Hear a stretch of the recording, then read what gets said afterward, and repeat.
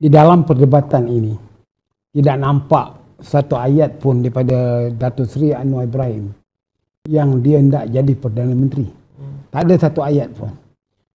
Kalau kita lihat daripada kenyataan 22 September, dia hanya mengatakan bahawa dia mencukupi kursi. Tapi dia tidak menyebut bahawa kerajaan yang ada sekarang ini hilang majoriti. Dan dia tidak memaklumkan kepada yang di-Pertuan Agong sebelum dimaklumkan kepada orang lain. Tapi kita kena faham yang isunya sekarang yang berlaku ni ialah 108 dulu 109 orang meninggal dunia versus 113. Maknanya ada tindakan daripada 113 itu yang melompat ke 108 yang menyebabkan 113 ini hilang majoriti. Tapi dalam soal nak mengatakan bahawa Datuk Seri Anwar Ibrahim menjadi Perdana Menteri adalah terlalu awal. Kerana perlembagaan tidak membenarkan begitu.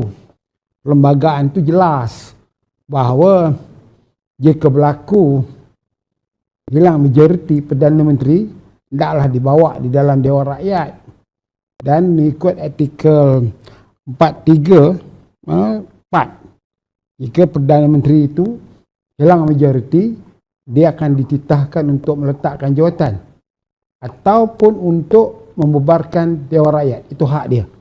Tetapi bagaimanakah pelantikan ini boleh dibuat antara yang di-Pertuan Agong dengan Datuk Seri Anwar Ibrahim? Tak boleh.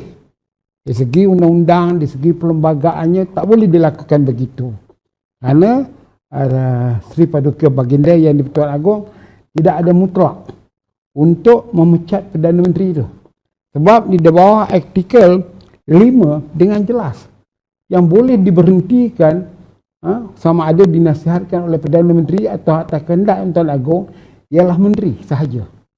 Selain pada itu, Perdana Menteri kena pulangkan balik ke Dewan Rakyat untuk diberhentikan. Jadi kalaulah katalah andaiannya Datuk Seri Anwar Ibrahim ini nak dilantik jadi Perdana Menteri.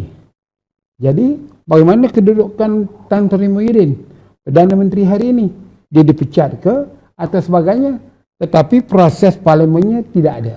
Jadi saya rasa apa yang sebenarnya berlaku dari segi pandangan saya bahawa Datuk Seri Anwar Ibrahim ini akan melaksanakan satu usul undi tidak percaya di Dewan Rakyat dan kemudiannya dia nak menghormati Seri Paduka Baginda yang dia datang pada 13 Oktober ini untuk menghadap ialah menjelaskan tindakan-tindakan yang akan dilakukannya di Dewan Rakyat. Jadi supaya yang di-Pertuan Agong dan juga rakyat tidak melihat Datuk Seri Anwar Ibrahim sebagai biadab, membelakangkan perlembagaan, tidak menghormati raja. Jadi saya rasa itu saja.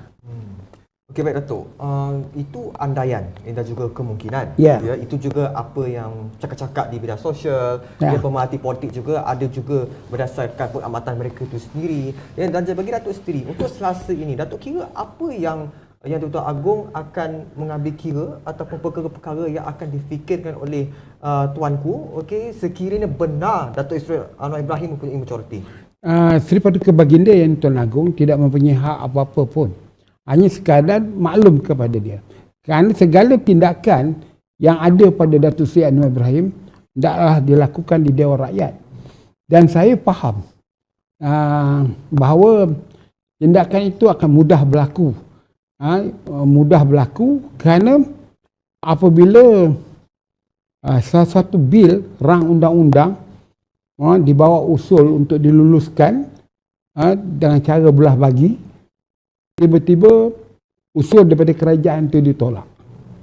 Jadi banyak orang tanya bagaimana buat yang ini yang menjadi isu Hafiz, iaitu mereka Fitri, mereka tak nampak bahawa pada bulan November Parlimen bersidang, hampir 6 orang ahli parlimen dari Barisan Nasional, khasnya dari UMNO, bersilat di mahkamah dengan Datuk Seri Najibnya, Zahidnya, Aziz Rahimnya, Bung Mokhtar sendiri, Ahmad Mazlannya dan banyak ya yang kena dakwa. Jadi kemungkinan mereka tidak akan datang di dalam sidang untuk membahas, sebab mereka ada alasan kokoh. Satu, kerana Dewan dengan Presiden mereka berbicara dalam mahkamah dan mereka telah cuba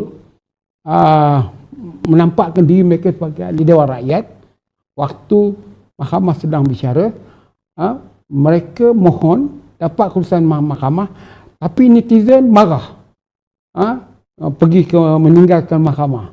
Jadi yang saya rasa cukup ni ialah cukup di segi kapasiti Pakatan Harapan dan Pembangkang. 109 tu cukup pada dia. Tetapi jika 6 orang ni tak datang, maka dia akan kehilangan satu ni, iaitu 107 lawan 108. 108 ni Anwar punya penyokong lah. Kerana walaupun katalah Dr. Mahathir tidak bersetuju Anwar jadi Perdana Menteri, tapi sebagai seorang ahli parlimen dan juga ada marahnya dengan Tan Sri Muhyiddin Yassin yang melakukan pengkhianatan, yang memecat dia sebagai ahli bersatu, dia mungkin akan memberikan sokongan menolak usul itu saja, tapi bukan bercadang untuk nak jadikan Anwar Ibrahim Perdana Menteri. Itu yang kena dipahamkan, Fitri.